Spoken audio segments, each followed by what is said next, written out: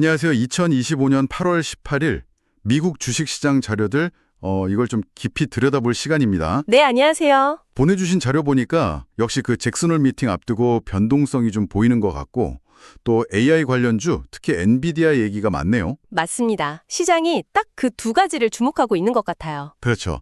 그래서 오늘 저희는 이 자료들 보면서 현재 시장을 움직이는 가장 큰 힘이 뭔지 또 단기적으로 뭘 조심해야 할지 그걸 좀 명확하게 짚어보는 걸 목표로 하겠습니다. 좋습니다. 바로 시작해볼까요? 먼저 전반적인 시장 분위기 어땠나요? S&P 500하고 다우는 조금 내렸고 나스닥은 살짝 올랐는데 네, 맞아요. 전체적으로는 거의 제자리 걸음이었어요? 아주 좁은 범위에서? 네, 그렇죠. 이게 기록적인 고점 바로 아래라서 그런지 약간 숨고르기 그런 모습이었고요. 거래량도 많지 않았다고 하더라고요. 네, 투자자들이 되게 신중한 것 같아요. 왜 이렇게 조심스러워하는 걸까요? 뭐 때문일까요? 네, 그 이유는 명확합니다. 사실 두 가지 큰 이벤트가 바로 코앞에 있잖아요. 아, 그렇죠. 네, 하나는 8월 21일부터 23일까지 열리는 잭슨홀 미팅이고요. 또 다른 하나는 이제 월마트나 홈디포 같은 주요 소매 기업들 실적 발표. 이것도 기다리고 있죠. 아, 소매기업 실적 중요하죠. 네, 특히 잭슨홀에서 파월 연준 의장이 어떤 말을 할지가 정말 중요해요. 여기서 9월 금리 결정? 그러니까 인하냐 아니면 동결이냐 여기에 대한 어떤 실마리를 좀 찾으려는 기대감. 네네. 그러면서도 또 불확실성도 있고 그런 상황입니다. 그래서 중요한 발표 앞두고 일단 지켜보자 이런 심리가 아주 강하게 작용하는 거죠. 그렇군요. 근데 여기서 좀 흥미로운 지점은 자료들을 이렇게 종합해보면 시장 참여자들은 대체로 미국 경제가 아주 나빠지진 않을 거다. 아, 침체까지는 아니다. 네, 그렇죠. 침체는 없고 그냥 소폭 둔화 정도. 이런 침체 없는 소폭 둔화 시나리오에 좀 더 무게를 두는 것 같아요. 그렇군요. 중요한 이벤트를 앞두고 섣불리 움직이기보다는 일단 상황을 보자 이건데 그 밑바탕에는 그래도 경제가 아주 나빠지진 않을 거라는 기대가 깔려 있다는 거네요. 네, 맞습니다. 그런 시각이 좀 우세한 편이죠. 그럼 기술주 쪽은 어땠습니까? 빅테크들, 애플이나 마이크로소프트는 그냥 잠잠했는데 유독 엔비디아만 조금 올랐어요. 네, 엔비디아가 약간 올랐죠? 이게 8월 27일 실적 발표, 그거 앞두고 기대감이 반영된 걸까요? 얼마 전에 그 차세대 칩 출시 일정 문제 있다 이런 우려도 좀 있었잖아요. 맞습니다. 엔비디아는 지금 AI 투자 열풍의 거의 상징적인 존재니까요. 그래서 8월 27일 실적 발표에 대한 기대가 엄청나게 큽니다. 네. 말씀하신 그 차세대 칩 일정 관련해서 자분이 좀 있긴 했는데요. 자료들을 보면 시장에서는 이게 좀 실제보다 과장된 거 아니냐 이런 시각이 더 우세한 것 같아요. 아, 너무 걱정할 필요는 없다 이런 분위기군요. 네, 그래서 결국 이번 실적 발표가 AI 투자가 계속 이어질지 그걸 가늠하는 중요한 어떤 분기점이 될 거다 이렇게 보는 거죠. 그렇군요. 정말 중요하겠네요. 네, 그리고 그 외에도 좀 주목할 만한 움직임이 있었는데요.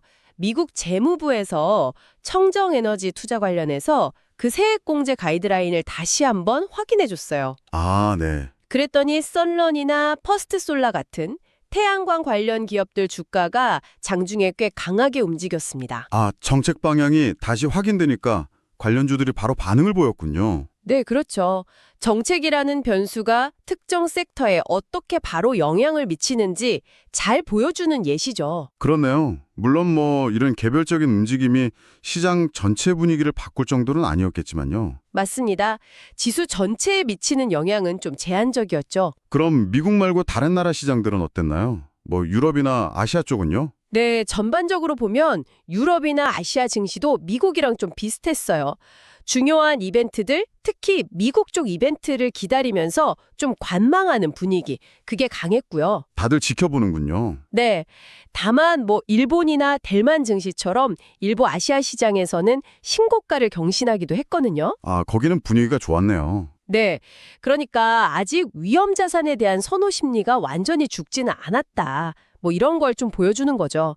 하지만 여기도 마찬가지로 미국의 금리 결정 방향이라든지 아니면 달러 강세 같은 외부 변수에 따라서 언제든 변동성이 커질 수 있다는 점, 이건 좀 염두에 두셔야 합니다. 그렇군요. 결국 글로벌 시장 전체가 미국의 움직임, 특히 연준의 목소리에 다들 귀를 기울이고 있는 그런 형국이라고 볼 수 있겠습니다. 네, 정리를 좀 해보면요.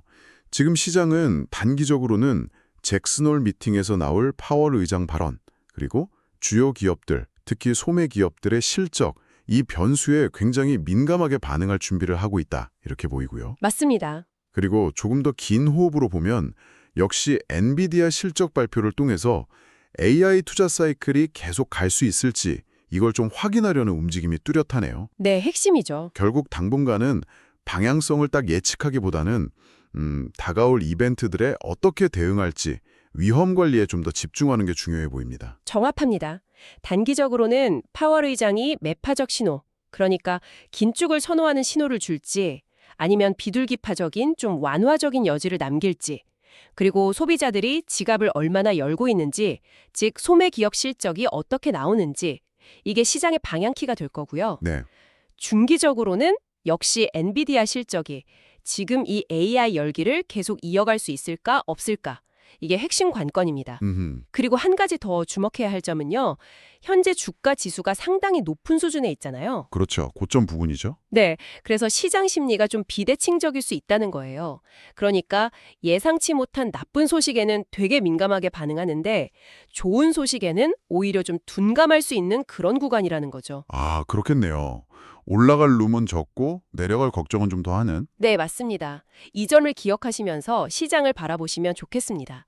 마지막으로 여러분께 한번 생각해 볼 질문 하나를 던지면서 마무리하고 싶은데요. 네. 지금 시장은 엔비디아와 AI라는 아주 강력한 이야기에 크게 의존하고 있잖아요. 네, 거의 뭐 핵심 동력이죠. 그렇죠. 그런데 만약에 이 핵심 내러티브에 예상치 못한 어떤 균열이나 변화의 조짐이 살짝이라도 보인다면 과연 시장 전체의 투자 심리는 어떻게 반응할까요? 이 질문을 한번 곱씹어 보시면 좋겠습니다.